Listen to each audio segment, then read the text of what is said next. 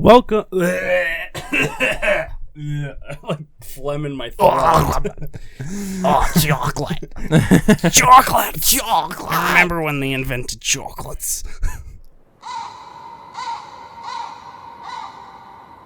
Welcome, one and all. I am Oakley, this is Dan, and this is Andrew, and this is our last in the director series of Quentin Tarantino with Once Upon a Time in Hollywood. And consequently, it is our last video ever. We're sorry that we couldn't stick around for you guys. We're dead. We're all dead. Our channel's dead before it even was born. No, we'll do Star Wars.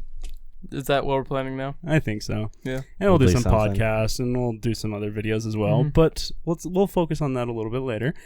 But this is a spoiler review, so if you have not seen it, go check it out. We'll wait for you here, and then you can watch this if you really care to. And if you have not seen it, just go see it. It's good.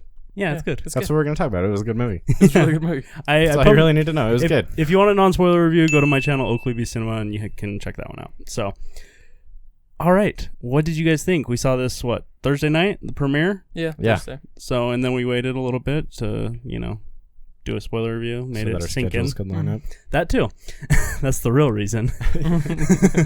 But Andrew, what were your impressions? Because Quentin Tarantino is your favorite director. I don't think he's ours, but Yes. It was good. it was good. It was good. Stunning endorsement. Yeah. It wasn't my favorite one of his movies. Yeah. It's Django Unchained, which I watched again last night because it's amazing. It is quite amazing. And it was funny, like, partway through it, probably about an hour to an hour and a half in, I was just, like, sitting there. I was like, I don't know what this movie's about. Yeah. It just kind of has, like, it has a really meandering plot that just doesn't ever really, like, go anywhere. Like, it definitely touches on some important, like, character traits, especially for Leo's character. But Yeah. as far as, like, actual story goes, there's not too much to it. No, there's not. The story is just characters. Yeah. I have seen it twice. And so, yeah, screw you guys. What Nice. night was this? Did you see it again? Screwing? No. What night did you go see it? Yesterday, actually. Nice. Yeah. But then, oh my gosh, you made me lose my train of thought. Anyways, I picked it up. I remember now. He does set up a lot of stuff in this film that I didn't realize the first time we watched it. And like, you kind of think, when some stuff happens, particularly the murders at the end, Uh-huh. you don't like really get it. And well, I'm just gonna start out with something that I stood out to me when I first watched it, is when the one girl gives the speech about she's gonna kill the people that taught us how to murder. Yes. And I was like, oh my gosh, like, I kind of forgot whose film I was watching for some reason. And I was like, oh, they're gonna preach to us, that violence is inspired by movies and all this. And I was like, wait. Tarantino has screamed at so many reporters about that. Yeah. And then I like thought about it when I was watching it, and I was like, he's gonna just completely just throw that in everybody's face. And I don't know why I love that so much, but it stood out to me. Yeah, I think that was actually noticed the first time that I watched it. It was like, this is Quentin Tarantino, and he doesn't give a shit about violence. He doesn't care at all. And so he's gonna show these kids that they're gonna die now. Yeah. And it was weird. It's like almost because the movie didn't have any violence until the last scene. Yeah. It's like I had almost gotten resensitized Yeah. to not having violence. And so when it did happen, it was like, whoa. But then I'm watching like Django yesterday, and it was like it's violence. they literally first use scene. like blood, like there's like a noise. Yeah. Sound effect. Yeah. Like in Django, yeah, you become desensitized throughout the film. Mm-hmm. And this one, yeah, you become like unsensitized, like forget about You it. get resensitized. I think Desensitized. this film's really just him like appreciating 1960s, 1970s Hollywood and westerns, what he grew up on, those spaghetti westerns. Yeah, a lot of his favorite movies are westerns. Yeah, and I feel like he kind of just wanted to make a film to appreciate those times, kind of like he did with Death Proof with the Grindhouse era. That's true. And I think this was kind of like that in a way. I think it's way better than Death Proof. Way better executed. Yes. Yeah. But then again, it is like actually portraying some things that are yeah, like high quality. Like Death Proof is like grindhouse movies. Yeah. Like low quality, low budget. Yeah, so I want to get your opinion on this and both yours, but in my review I said that the way he uses Margot Robbie is interesting. I don't know if we talked about this after the movie. A little bit. Like how he doesn't really use her in this film. But she's in there, but she's not very like not really like detrimental to the story. No. But she's not a love interest or anything. Yeah, and she doesn't really hold a lot of weight to the story other than the end shot. And why the Manson cult's there. But the way I feel like he uses it is just kind of like a memoriam or memorialized movie to show what kind of person Sharon Tate was, instead of having her be famous about being murdered by the Manson, cults. This is what she should have been like. This is why she should have been famous. Mm-hmm. I don't know if you guys agree or disagree or have any thoughts on that. I definitely don't disagree. I think that it could absolutely be something that Tarantino did. Yeah. But it's not like at the most obvious thing. Oh yeah, I think it's one of the. If it's there, it is for that reason. It is subtle. Yeah. I also really appreciate when a director won't shoehorn a romantic subplot into things. There's no romance in this. And there's just not. I don't think like any of his movies have that. And I really appreciate Inglourious that. Bastard slightly.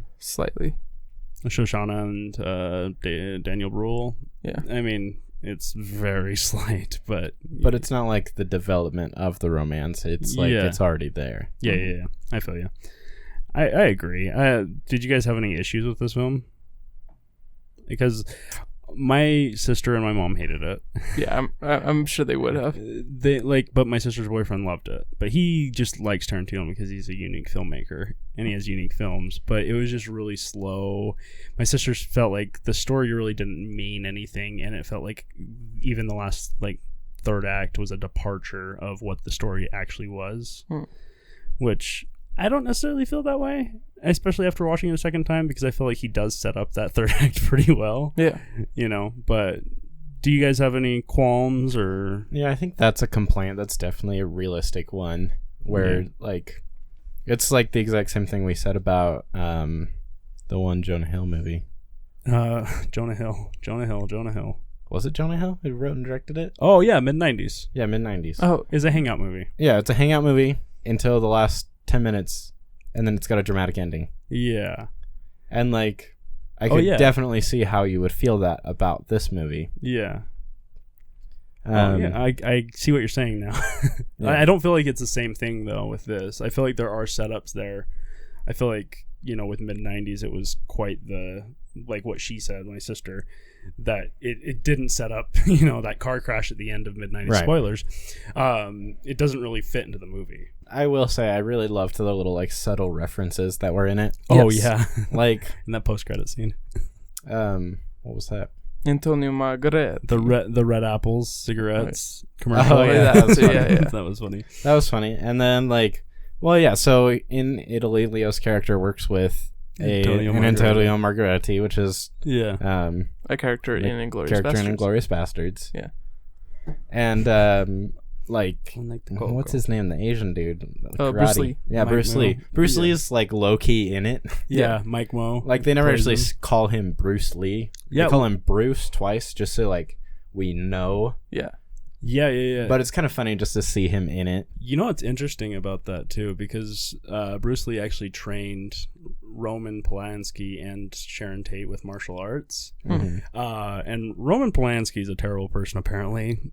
He raped somebody and fled to Europe, and I didn't know about that. Wow. Yeah, I learned some stuff after watching this. But he actually accused Bruce Lee of murdering Sharon Tate. Wow. Really? Interesting.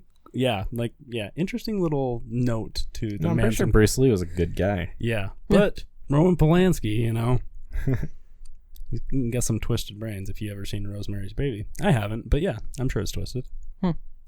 If you've ever seen this movie that none of us have seen, I know what it's about. It's about baby murder. Dan's face. I love it. Dan. That's my one word, not baby murder. Not baby murder? Okay, Dan, what's your one word? Foot fetish. An actor? No, I'm a stuntman. Oh, the feet. Oh yeah, there's a lot of foot. There's a shots in this lot movie. of below the waist shots Yeah. of just legs and feet. Yeah. Quentin Tarantino has a foot fetish. He just does. He does. And legs. And legs. Yeah, I think Legs are nice though. I'm going to call this a nostalgic bomb. Like, it's so nostalgic in so many ways, and he's just reliving his childhood, and I appreciate that.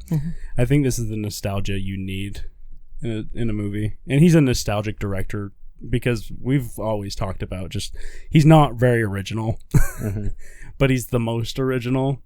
Yeah. His dialogue is original and his picture is a collage. Yes, it's just referencing old movies. So, I mean, Quentin Tarantino, love him, hate him, he's a great filmmaker. He's done a lot for the industry, and I think he'll continue to do so. I look I'm forward gonna to his change next my one. my one word though. I'm gonna give like a real one word. Okay. I'm gonna say Not it's baby like murder. yeah. Besides not baby murder, I'm gonna say like it's a whole new world for me. Oh, it's a Because that was one of the things I felt was cool about it. It was like we get to go into this world of the Hollywood elite and Yeah. experience that. That's Yeah. something that's we've never we've never experienced. We probably never will. we've only been on that independent indie Yeah, we've side been on of the film. receiving end Yeah. of these high-profile Hollywood blockbusters and high-profile TV shows, those kinds of things. But we've never like been inside of it, Yeah. and so it's kind of cool to get like that glimpse on the inside and Makes see me like not want to do it. see like an actor's opinion of himself at the end of his career. Yeah, like David Fincher once said, when he was asked if he ever wanted to make a movie again, he said he'd rather die of brain cancer. Wow. A studio film. But yes, I agree. I think that's cool. I appreciate this movie. So, All right. yeah. Anything else from you fellows? No, just go watch the movie. It was good. Recommendations. That's us. We recommend it. And you can follow Andrew at TyAndrew107 on Instagram, you That's correct. little slut. Dan_Beowulf, like the epic poem, and Dan The epic poem. the Svede, Yeah, Dan_the Swede. the Svede on Twitter. The And then Svede. Oakley B Cinema on Instagram and YouTube, where I do my reviews and movie of the days. And we thank you. You can follow us on SoundCloud at Third Winter-ish. We're going to start doing more podcast stuff, I guess. I don't know. We'll We're see. gonna do some stuff. We'll You'll get figure some stuff. videos. It might be a minute before we get another one up, but we thank you for watching. If you are watching, welcome. yes, thank you, Dan, for watching. To future Dan, because I know Dan watches these videos. Dan watches the videos? I watch the videos. Yeah, do, good. do you not watch our videos? No, I don't. I lived them. I lived the Star Wars. Isn't that like a How I Met Your Mother quote? Yeah. It's like they live. The only people who haven't Wars. seen the Star Wars movies were the people that were in it. actors in Star Wars, and that's because they lived it. They lived the Star Wars.